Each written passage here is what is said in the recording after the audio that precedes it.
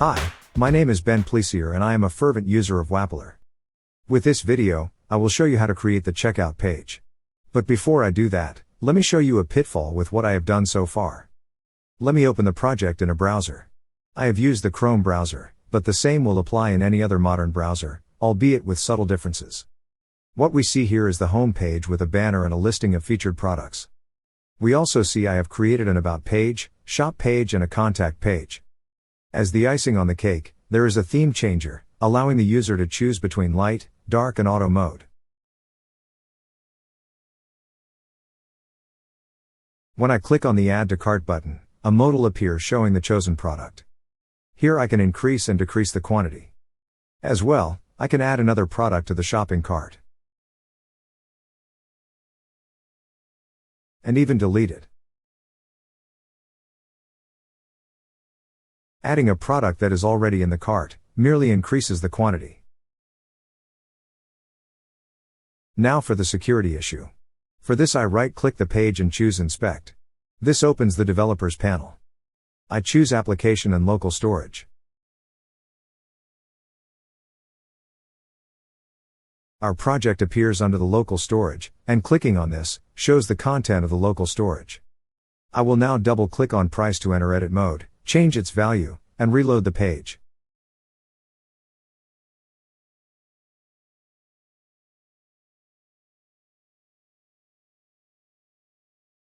Viewing the shopping cart shows the dilemma that this action has caused. In truth, I do not care much if a hacker decides to do this. We have to make sure that in the final steps to payment, the real values are entered. Please keep this in mind when we proceed to creating the checkout page. In Wappler, I go to the Site Manager, click on the Create Page button and enter the name of the page.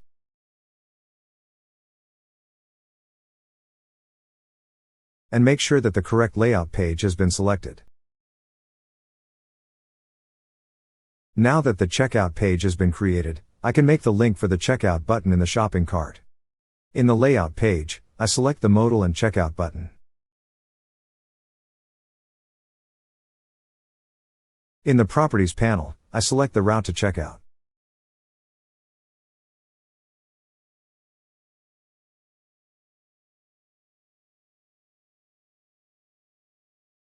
Save the layout file and open the checkout page. Inside the checkout page, I add the usuals: a container, a row, and a column.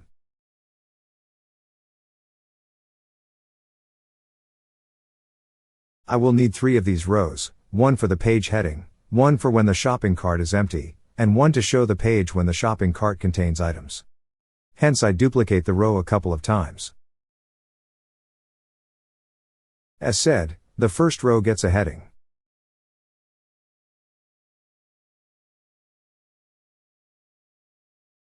The second row gets a paragraph.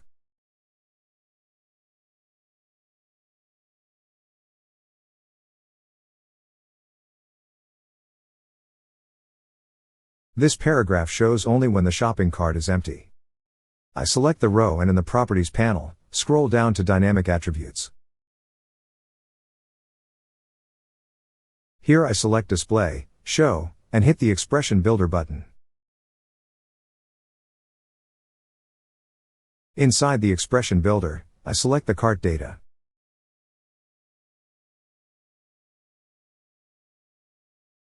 Once selected, the expression changes to, is empty. While here, I do the same for the third row.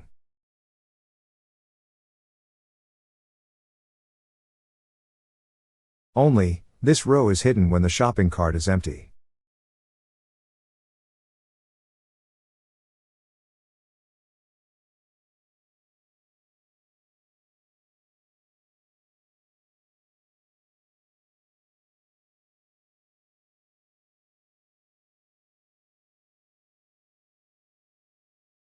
Because the third row is hidden when the shopping cart is empty, I need to turn App Connect mode off. I duplicate the column so that I finish up with 2 columns. Inside the first column, I add a paragraph and change the wording.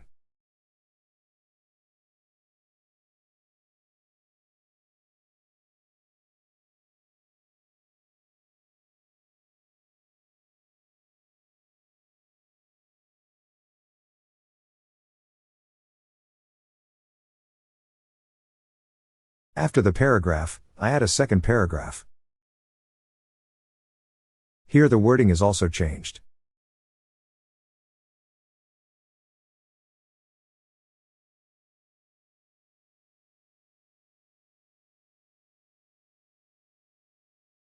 After the second paragraph comes the login button.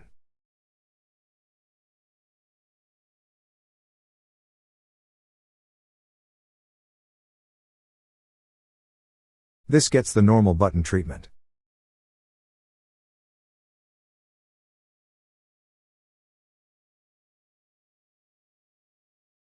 To make it stand out, I make it a block level button and change the text.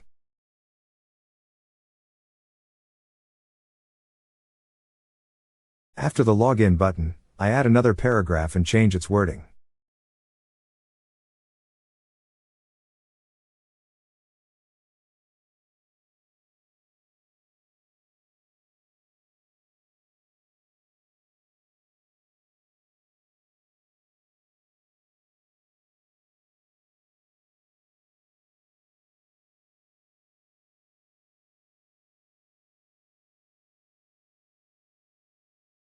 Please bear with me while I add a second button.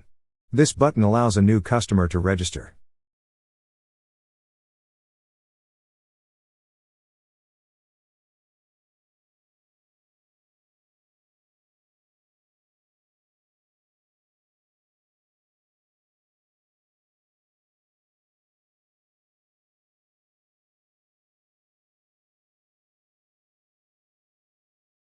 The last part for this column is to change the spacing between the paragraphs and the buttons. To see the reason for the spacing, I turn the inspect mode on. Here I see that there is a bottom margin that I need to get rid of.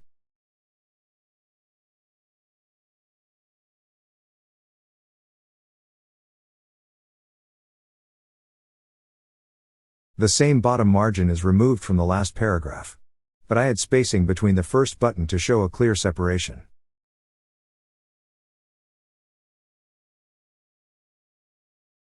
And that is it for the time being. In a future video, I will add more functionality to this column. Now for the second column where I create the usuals, a row and a column. I will need a total of 3 such rows, one for the heading, one for the shopping cart details and one for the shipping details. I go ahead and place a heading in the first row.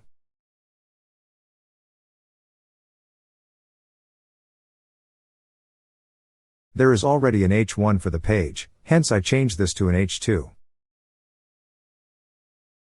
To reduce the size, I add a class of H4. In the second row, I add a table by using generators.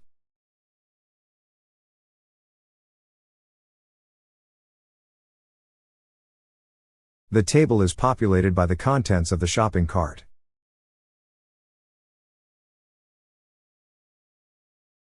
Here I add a couple of design rules. And remove a couple of columns that do not need to be shown.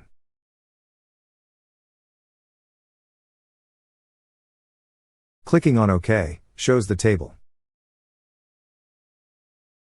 Let's see what we have done so far by viewing the page in a browser. Here we see the result of the security breach. This will need to be fixed. The table needs an extra column for the amount of each item. A couple of other observations tell me that the heading called quantity takes up too much space, and that the headings and cells need to be properly aligned. Back in Wappler, I abbreviate the quantity heading.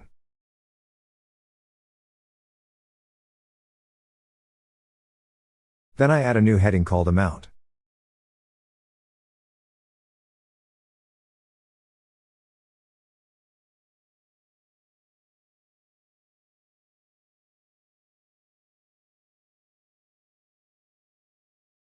While here, I align the headings and cells.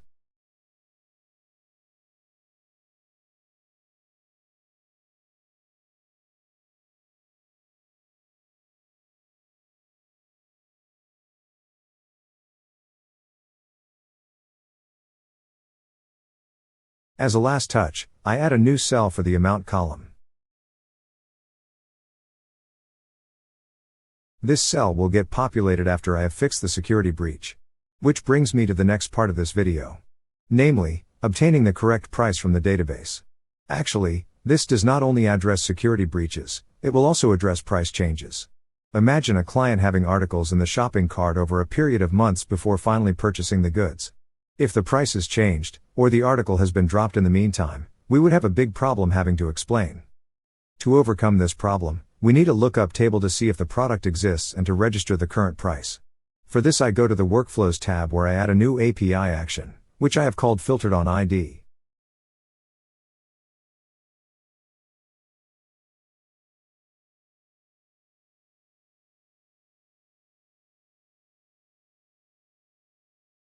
Now we see a different user interface to what we are used to. This interface is new in Wappler version 6. If you prefer the old interface by going to the three dots and choosing Toggle Tree View.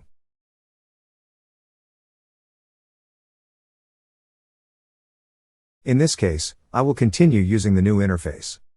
For the filter, I go to Input and add a variable under Get.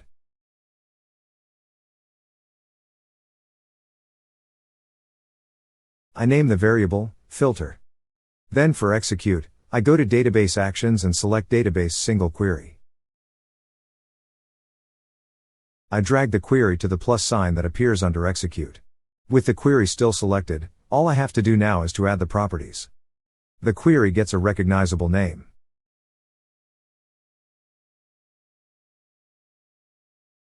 For the query builder, I select the products table. For the columns, I select the name and the price. The name is selected in case of a name change. For the condition, I choose the product ID to be equal to the get variable called filter.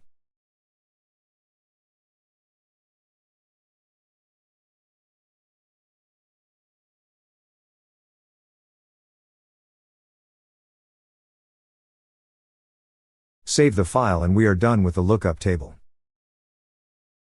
The lookup table needs to be placed inside the table body repeat area where it can use the product ID for the filter. The problem with an HTML table is that content can only be placed in a table cell. To achieve this, I add an extra cell before the name cell and make it hidden from view.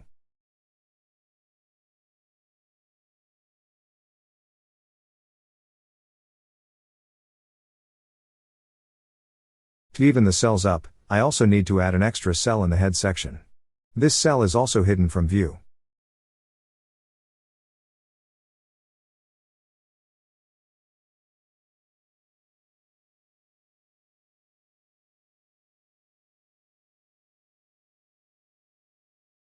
Now for the lookup table. I go back to the hidden cell in the repeat area and remove its contents. Instead, I add a server connect and give it a proper ID.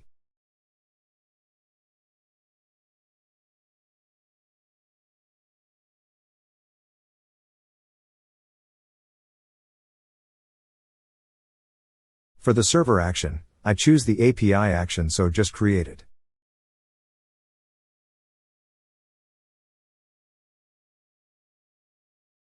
For the filter variable, I select the product ID in the repeat area.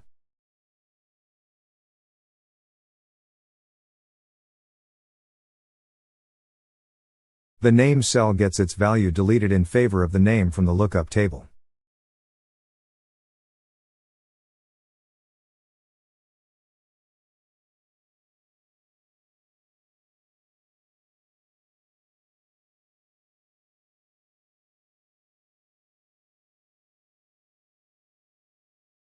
The price undergoes the same procedure.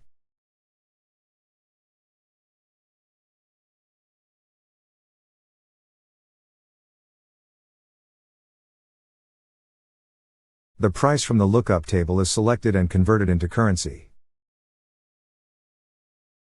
If you remember from a previous video, the price is shown as a decimal in the database. JavaScript converts this into a string, which means that we have to first convert it into a number before converting into currency.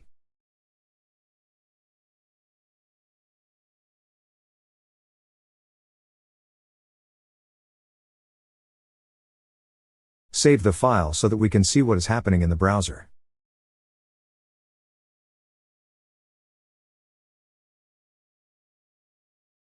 When I open the shopping cart, the altered price still shows. Back in the checkout page, the correct price from the database shows. The same goes for the name when that gets changed by the hacker. I will leave it up to you to test this. Before going further, let me correct a previous omission. This concerns the header cell that I added.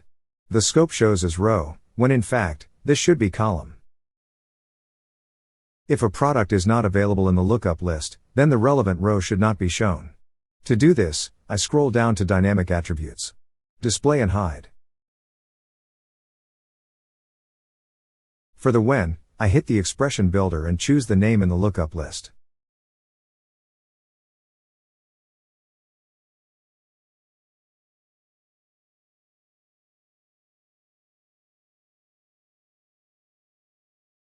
For the expression, I select, is empty. Now we also need a message when the product is no longer available. For this, I add another row and remove all bar one of the cells.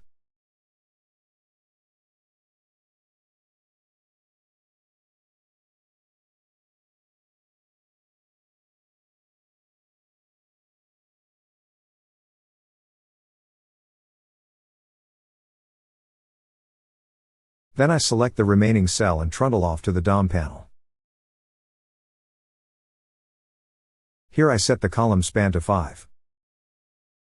Back in App Structure, I change the text in the cell.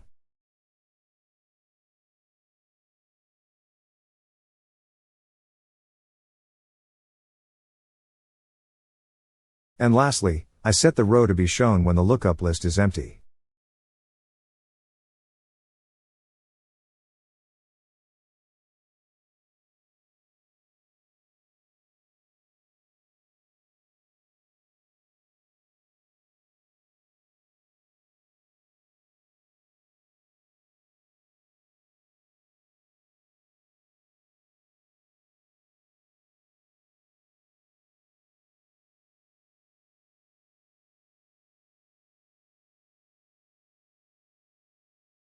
Now for the amounts column. This column will show the total amount for each item in the shopping cart. But we'll also need to accumulate these amounts to show the total amount for the shopping cart. First, I remove the text within the cell. To keep track of the total amount, I make use of a text input. There is no need for a form, because this value will not be sent to the server. I give it an ID and a name of amount. Because the input is within a repeat area and as it stands, the same ID would be repeated a number of times. This is a definite no-no. IDs must be unique within a page. For this, I scroll down to Dynamic Attributes and Input. Now this version of Wappler only facilitates the name. No ID. Therefore I will use the name attribute and change this to an ID later on. For the value, I enter amount and a plus sign.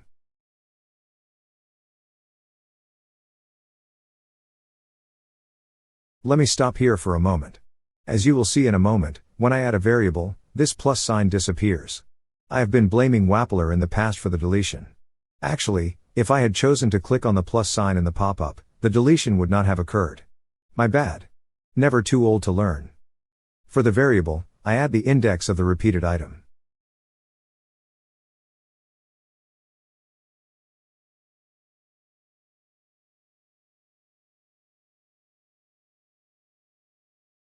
Now for the value of the text input.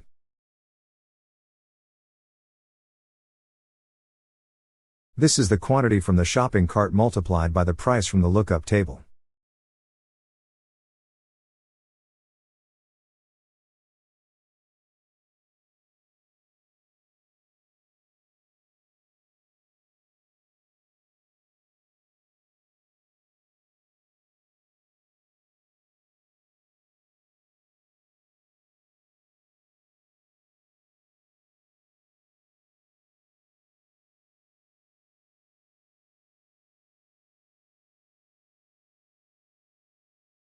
Because the text input will be hidden, there needs to be a visual amount shown.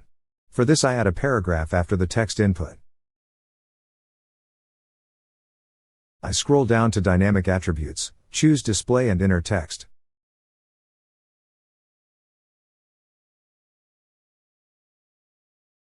For the value, I choose the value of the text input.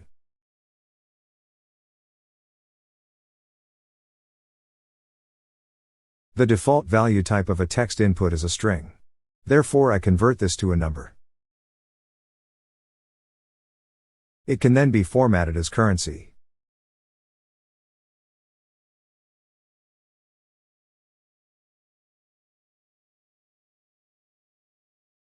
Save the file to format the code. This step is a habit of mine and is not a requirement.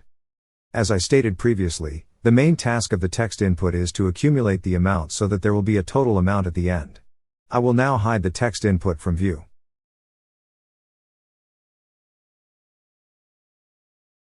To keep track of the amounts per item, I need a variable. Right-clicking on App, I choose Data and Variable. I give the ID a recognizable name and set the initial value to 0.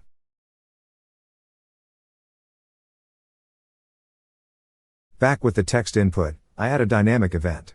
The event is when the value of the text input has been updated. In other words, when the value has changed. The action is to set the value of the variable.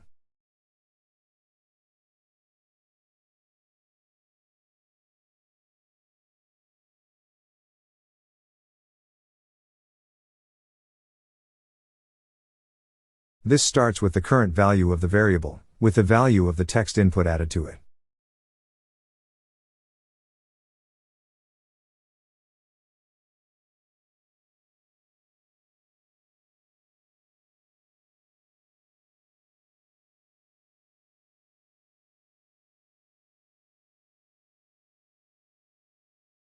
As previously explained, a value from a text input is typed a string. Therefore, it needs to be converted into a number.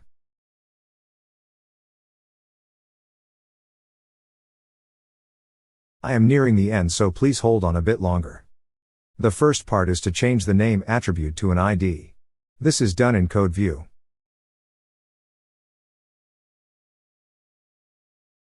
After the table body, there needs to be a table foot. I select to insert after the table body, and in the pop-up, I see that Wappler has not accommodated for a table foot. In a previous video, I showed you a workaround using Emmet in Code View. This time I will use a different workaround. This involves choosing the table body, which I will convert to a table foot later on. I need just the one cell, so I delete all of the rows and cells that are not required.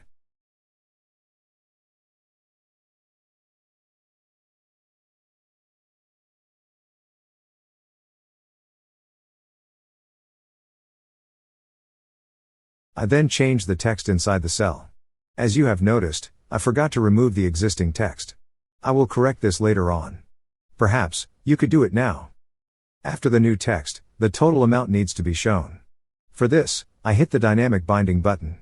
In the pop-up, I place a space after the text and select the value of the total variable.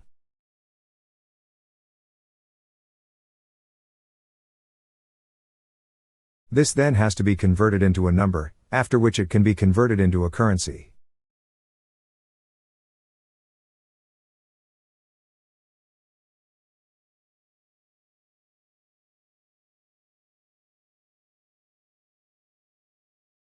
As you can see, the cell only spans the one column. To rectify this, I open the DOM panel and change the call span to 5. Back in the App Structure panel, I right-align the contents of the cell. Now to change the table body to a table foot. This is done in Code View using the multi-cursor effect. First double-click the opening table body tag to select it. Then, in Windows, hold down the Alt key and select the closing table body tag. Typing T-foot will change both occurrences of the table body tag. The last row gets a heading inside the column.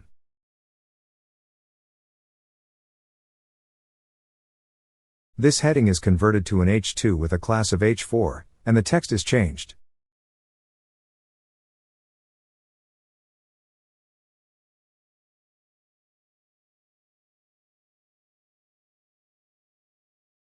After the heading comes a paragraph with a warning message.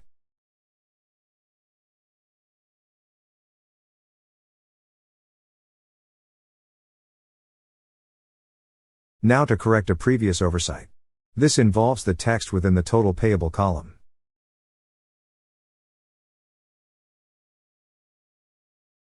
Save the page. Let me open the page in a browser. Here we see the project as it stands now. We see the total payable properly calculated.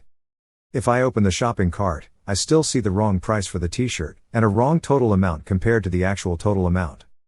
That is it for this video. Hopefully it has been of some benefit to you. In the next video, I will be registering a new customer. I hope to see you there and thank you for watching.